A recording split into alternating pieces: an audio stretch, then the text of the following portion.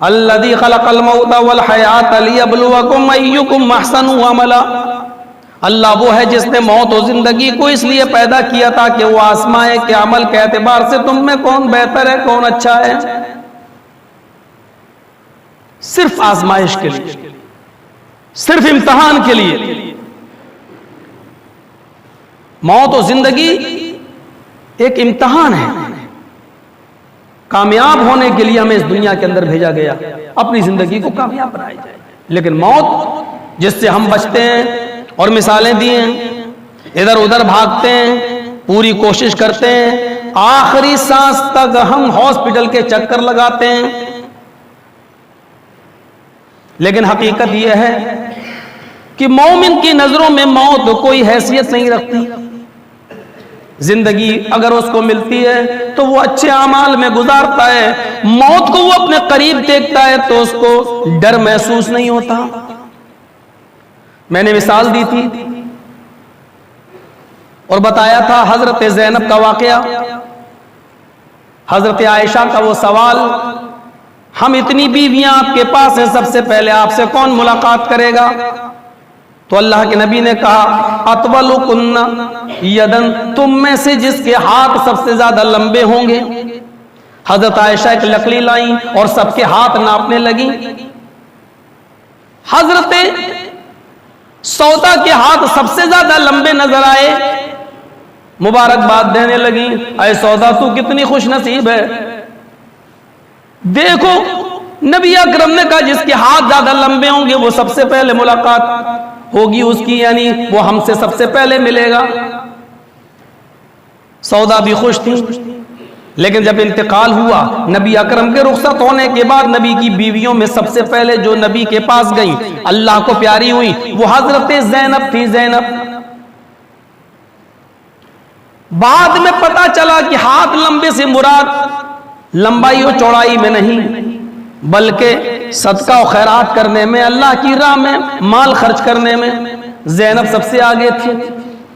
آئیے میں موت آپ کو بتاتا ہوں. جب کسی مومن کی نظر میں جب وہ اپنے سامنے موت کو دیکھتا ہے تو اس وقت اس کی چہرے پر کیسی خوشی ہوتی ہے. اللہ کے نبی صلی اللہ علیہ وسلم مرض الموت کے اندر مبتلا ہیں. لوگوں کا تانتا لگا ہوا ہے، ایک آتا ہے ملاقات کرتا ہے جاتا ہے، دوسرا آتا ہے ملاقات کرتا ہے جاتا ہے. بخاری شریف کی روایت ہے، حضرت فاطمہ رضی اللہ تعالیٰ عنہ کو جب پتا چلتا ہے کہ میرے ابو کی طبیعت کچھ زیادہ ہی ناساز ہے تو وہ ملاقات کرنے آئیں. چال ڈھال میں، چلنے پھرنے میں، اٹھنے بیٹھنے میں، شکل و صورت میں حضرت فاطمہ نبی اکرم کے سب سے زیادہ مشابہ تھی. وہ نبی اکرم کے گھر میں آتی ہیں، اللہ کے نبی روزانہ اٹھ کر بوسہ دیا کرتے تھے، لیکن آج چارپائی سے بستر سے اٹھنے کی پوزیشن نہیں. خود حضرت فاطمہ بیٹھ جاتی ہیں. بخاری کے ایک دوسرے روایت کے اندر یہ لفظ بھی موجود ہے، نبی اکرم کی بے چینی اور پریشانی کو جب حضرت فاطمہ نے دیکھا تو ان کی زبان سے یہ جملے بھی نکلے، واہ کربا ابتا، ہائے میرے ابو کی تکلیف. نبی اکرم صلی اللہ علیہ وسلم کی ازواج مطہرات، آپ کی بیویاں وہیں بیٹھی ہوئی ہیں. حضرت فاطمہ کو نبی اکرم نے اپنے سینے سے لگایا اور ان کی بے چینی دیکھی تو ایک جملہ ادا کیا، فرمایا فاطمہ تمہیں بے چین ہونے کی ضرورت نہیں، تمہیں پریشان ہونے کی ضرورت نہیں. آج کے بعد تمہارے باپ کو کبھی اتنی تکلیف نہیں ہوگی. ان کو قریب کیا اور سرگوشی کی اور ان کے کان میں ایک جملہ ادا کیا، اے فاطمہ مجھے محسوس ہو رہا ہے کہ یہ میرا آخری وقت ہے. اے فاطمہ مجھے محسوس اس لیے ہو رہا ہے کیونکہ ہر سال جبرائیل مجھے ایک مرتبہ قرآن کا دور کراتے تھے، لیکن اس مرتبہ مجھے 2 مرتبہ قرآن کا دور کرایا. جبرائیل کا 2 مرتبہ قرآن کا دور کرانا یہ اس بات کی طرف اشارہ ہے کہ میرا اللہ رب العالمین سے ملنے کا وقت قریب ہے. لیکن فاطمہ تمہیں گھبرانے کی ضرورت نہیں، میں تمہارے لیے اچھا پیش رفت ہوں. آخرت ایک اچھا ٹھکانہ ہے. اپنے ابو کی جب آخری وقت کو قریب دیکھا حضرت فاطمہ نے تو وہ رونے لگے، ان کی آنکھوں میں آنسو آ گئے۔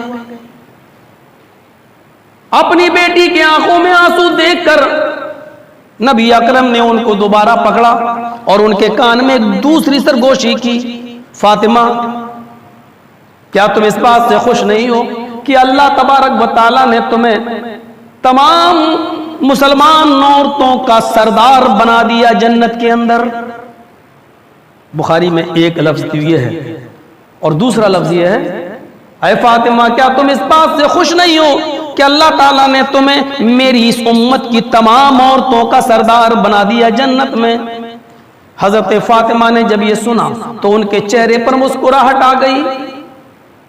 پھر نبی اکرم نے ان کو اور قریب کیا، پھر ان کے کان میں ایک اور سرگوشی کی۔ ساری عورتیں، نبی کی تمام بیویاں کہنے لگیں، اے فاطمہ اللہ کے نبی نے تمہارے کان میں کیا فرمایا؟ کہنے لگیں کیا تم نے نہیں دیکھا تمہاری موجودگی میں جو بات زور سے نہیں کہی اللہ کے رسول نے وہ میرے کان میں کہی ہے؟ اس کا مطلب یہ ہے کہ نبی وہ بات آپ سے چھپانا چاہتے تھے اور صرف مجھے بتانا چاہتے تھے، تو میں نبی اکرم کے اس راز کو کیسے فاش کر دوں؟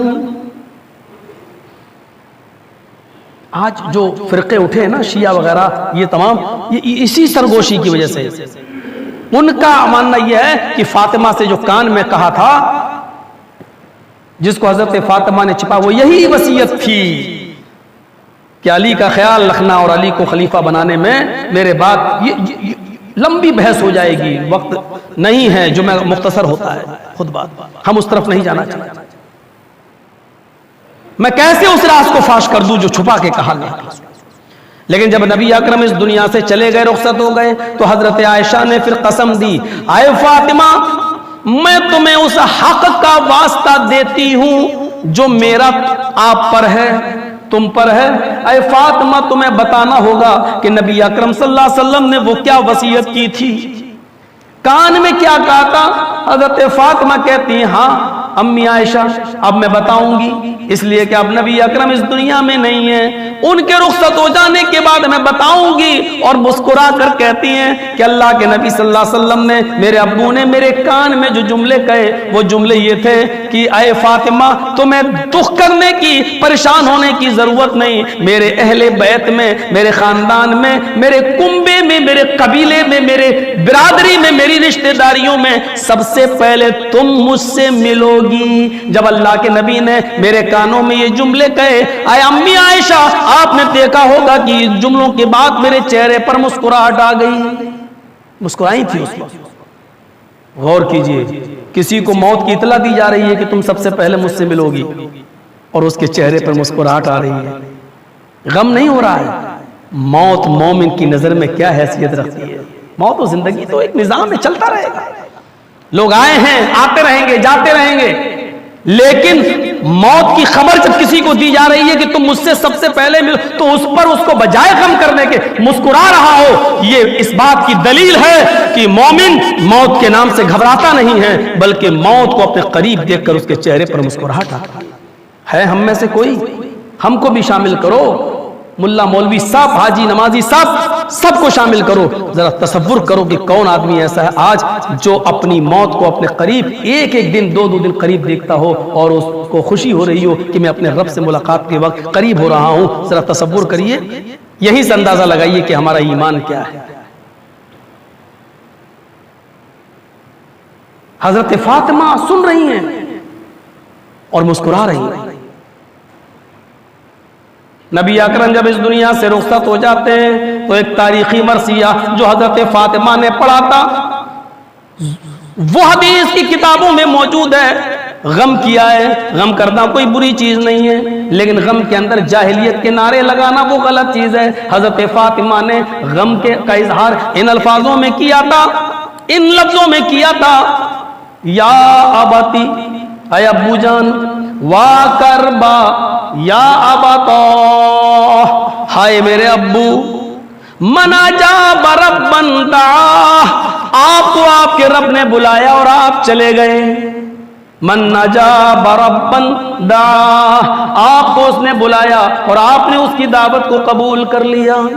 واکر بابا تو من جنت الفردوس ماوا، ہائے میرے ابو آپ کا ٹھکانہ تو جنت الفردوس ہے، آپ تو جنت الفردوس میں چلے گئے.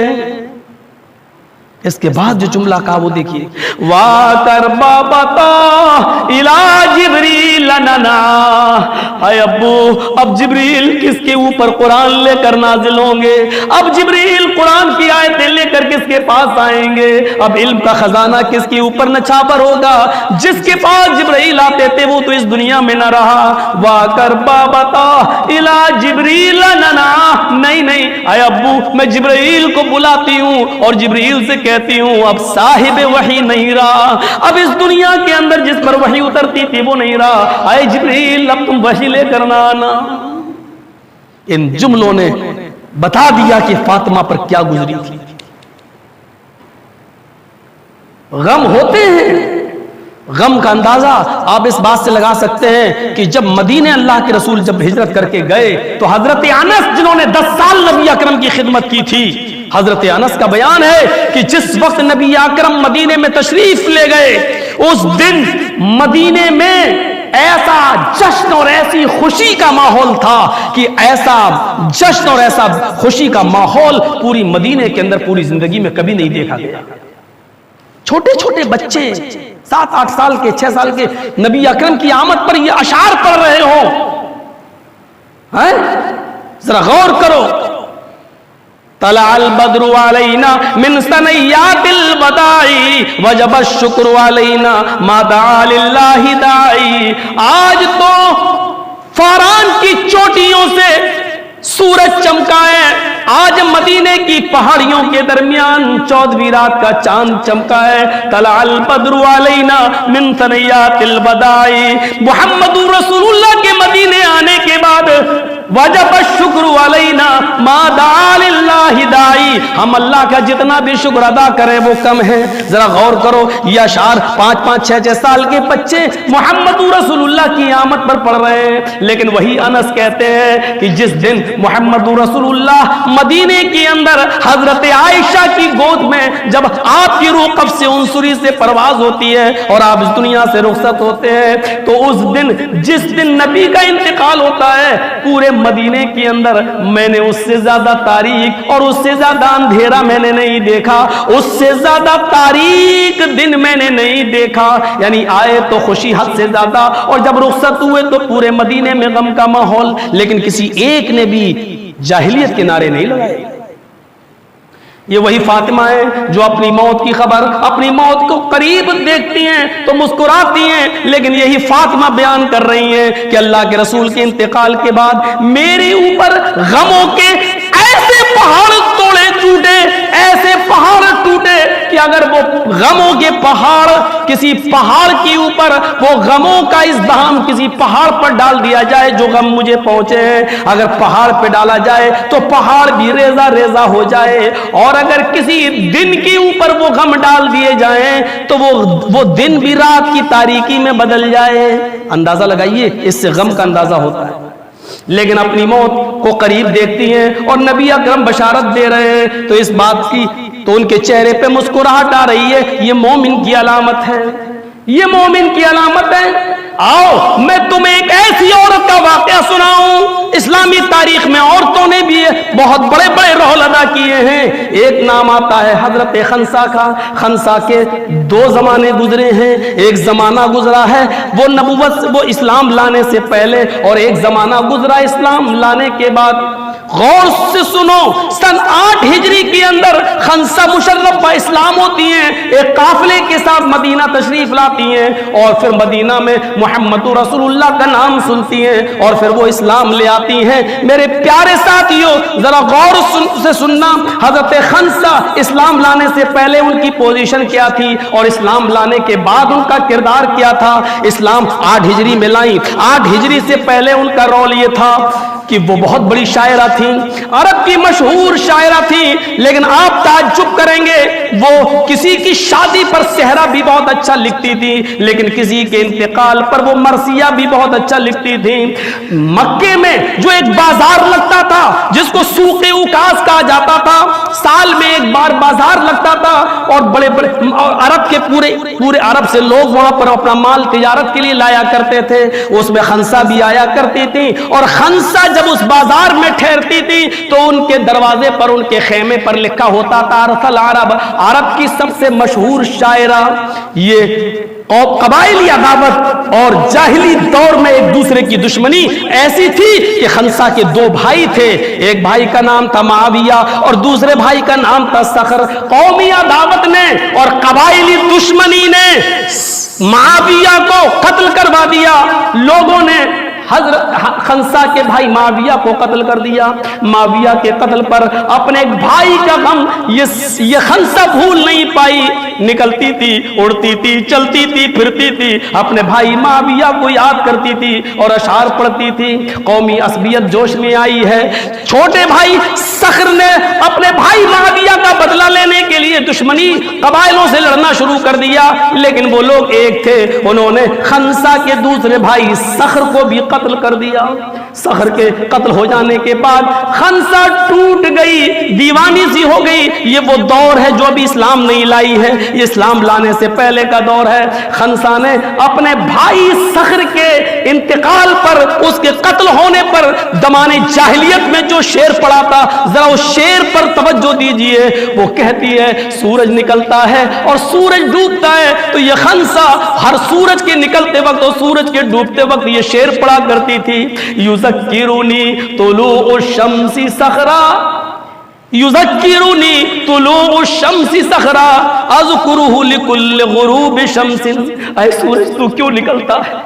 یہ خنسا کا وہ شعر ہے جو اپنے بھائی صخر کے انتقال پر، اس کی موت پر خنسا نے پڑھا تھا۔ اس سے اس کے غم اور اس کی بے چینی کا اندازہ لگایا جا سکتا ہے۔ اے سورج تو کیوں نکلتا ہے؟ یذکرونی طلوع الشمس صخرا، اے سورج جب بھی طلوع ہوتا ہے، جب بھی تو نکلتا ہے تو مجھے میرے بھائی صخر کی یاد تازہ کر دیتا ہے، مجھے صخر کی یاد دلا دیتا ہے۔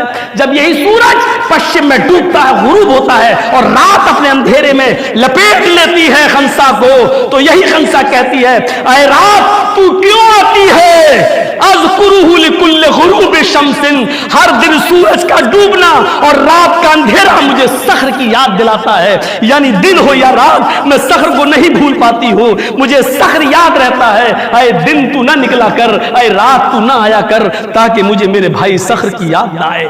یہ روزانہ یہ اشعار پڑھتی تھی۔ اس سے اندازہ لگا سکتے ہیں یہ اسلام لانے سے پہلے کا واقعہ ہے، جو اپنے بھائیوں کا غم نہیں بھول پا رہی ہے۔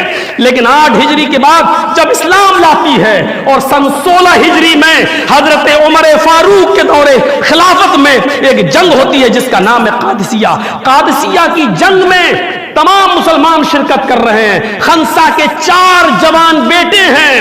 خنسا بڑھاپے کی دہلیز پر پہنچ چکی ہے۔ خنسا اپنے 4 بیٹوں سے کہتی ہے اے میرے بیٹوں، تمہیں اس میدان جنگ میں جانا ہے، عمر کا ساتھ دینا ہے، اسلام کے جھنڈے کو لہرانا ہے، لیکن یاد رکھنا جنگ میں جانے سے پہلے میری ایک نصیحت سن لو۔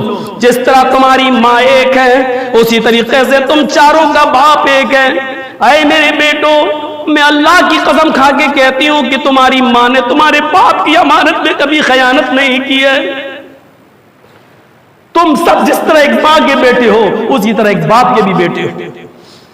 آج میں تم سے تمہاری شہادت کی متمنی ہوں، میدان جنگ میں جاؤ، کوشش کرو، اپنی جان کی بازی اڑا دو، لیکن محمد کا جھنڈا گرنے مت دینا صلی اللہ علیہ وسلم۔ ایک بیٹا جاتا ہے میدان جنگ میں، خبر ملتی ہے شہید۔ دوسرا بیٹا میدان جنگ میں گیا، شہید۔ تیسرا بیٹا میدان جنگ میں گیا، وہ بھی شہید۔ چوتھا بیٹا میدان جنگ میں گیا سن 16 ہجری میں، وہ بھی شہید۔ خنسا کو خبر ملتی ہے تمہارے 4 بیٹے شہید ہو گئے۔ وہی خنسا جو معاویہ کا غم نہیں بھول پائی اسلام سے پہلے، وہی خنسا جو اسلام سے پہلے اپنے بھائی صخر کی یاد اپنے دل سے نہیں نکال پائی، لیکن آج سن 16 ہجری میں جب دوسرا دور شروع ہوا اسلام لانے کے بعد، اپنے چاروں بیٹوں کی شہادت کی خبر سنتی ہے تو چہرے پہ مسکراہٹ آتی ہے، نظر آسمان پہ ڈالتی ہے اور کہتی ہے الحمدللہ الذی شرفنی بقتلہم وارجو ان یجمعنی بہم فی مستقر الرحمہ۔ یہ ہے وہ الفاظ عربی کے جو حدیث کی کتابوں میں موجود ہیں۔ میرے بھائیوں، یہ وہی خنسہ ہے جو اپنے بیٹوں کی شہادت پہ کہتی ہے اللہ میں تیری تعریف کس زبان سے ادا کروں، الحمدللہ الذی، ساری تعریفیں اس اللہ کے لیے ہیں، شرفنی بقتلہم، جس نے میرے بیٹوں کے قتل و شہادت سے مجھے مشرف کیا ہے، مجھے عزت بخشی ہے، میرے بیٹوں کی شہادت پر مجھے امید ہے، وارجو ان یجمعنی بہم فی مستقر الرحمہ، انشاءاللہ مستقر الرحمہ میں جنت کے اندر میرے بیٹوں کی شہادت میں میرے ساتھ اللہ تبارک و تعالیٰ میرے بیٹوں کو بھی جمع کرے گا، میں اپنے بیٹوں کے ساتھ جنت کے اندر ضرور جمع کی جاؤں گی، میرے بیٹوں کے ساتھ مجھے بھی اٹھایا جائے گا۔ یہ وہی خنسہ ہے میرے بھائیوں جو اپنے بھائیوں کا غم نہیں بھول پا رہی ہے، لیکن آج اپنے چاروں بیٹوں کی شہادت پر مسکرا رہی ہے۔ موت مومن کی نظر میں مسکراہٹ کا نتیجہ ہوتی ہے۔ ہم اپنے ایمان کا جائزہ لیں، ہم اپنے آپ کو دیکھیں اور پرکھیں کہ ہم کتنے % مسلمان ہیں۔ موت ہمارے قریب آتی ہے تو ہمیں کتنی خوشی ہو رہی ہے۔ موت خودکشی کرنا حرام ہے، موت کی دعا مانگنا بھی حرام ہے، اللہ میں جلدی موت دے دے، نہیں، آپ یہ دعا نہیں کر سکتے۔ آپ کو بہت زیادہ پریشانی ہے، یقیناً آپ اپنی زندگی سے بے چین ہو چکے ہیں، آپ چاہتے ہیں کہ موت آ جائے، تو آپ اس صورت میں بس اتنی دعا کر سکتے ہیں، اے اللہ مجھے اس وقت تک زندہ رکھ جب تک زندگی میرے لیے بہتر ہو، اور اے اللہ مجھے اس وقت موت دے دے جب میرے لیے مرنا بہتر ہو۔ اس وقت بھی آپ یہ نہیں کہہ سکتے اللہ مجھے کل موت دے دے، آج موت دے دے، یہ دعا نہیں کر سکتے۔ اے اللہ مجھے اس وقت تو موت دے جب میرے لیے موت بہتر ہو، یہ دعا کر سکتے ہیں۔ لیکن موت قریب دیکھ کر آدمی مسکرائے، اس کو خوشی ہو کیونکہ اس کو اس کے رب سے ملاقات کا وقت ہے، یہ سوچ کر میرے بھائیوں موت کو کامیاب بنائیے۔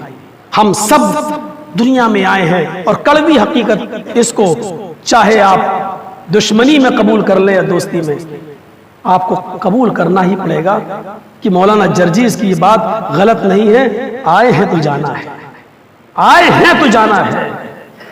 اور آج کل موتیں آپ دیکھ ہی رہے، 60 70 80 90 سال، 90 کون جی رہا ہے؟ نہیں، اللہ کے رسول کی اس حدیث پر آپ غور کیجئے، میری امت کی عمر 60 اور 70 کے درمیان ہے، بہت کم لوگ ہیں جو اس کے آگے جا پاتے۔ اللہ تبارک و تعالی ہم تمام لوگوں کو، ہم تمام مسلمانوں کو اتفاق و اتحاد کے ایک پلیٹ فارم پر قائم فرما دے۔ اے بار الہ بغض اور عداوت اور دشمنی ہمارے دلوں سے نکال دے، ایک دوسرے کے لیے ہمدردی اور غمخواری ہمارے دلوں میں پیدا فرما دے۔ موت کے بعد جو زندگی ہمیں ملنے والی اللہ، اس زندگی کو ہماری کامیاب بنا دے۔ اے اللہ جب تک تو زندہ رکھ، ہمیں اسلام پہ زندہ رکھنا، اور جب ہمارا خاتمہ ہو تو ایمان پر ہمارا خاتمہ فرمانا۔ وما علینا الا البلاغ المبین، وآخر دعوانا ان الحمد للہ رب العالمین۔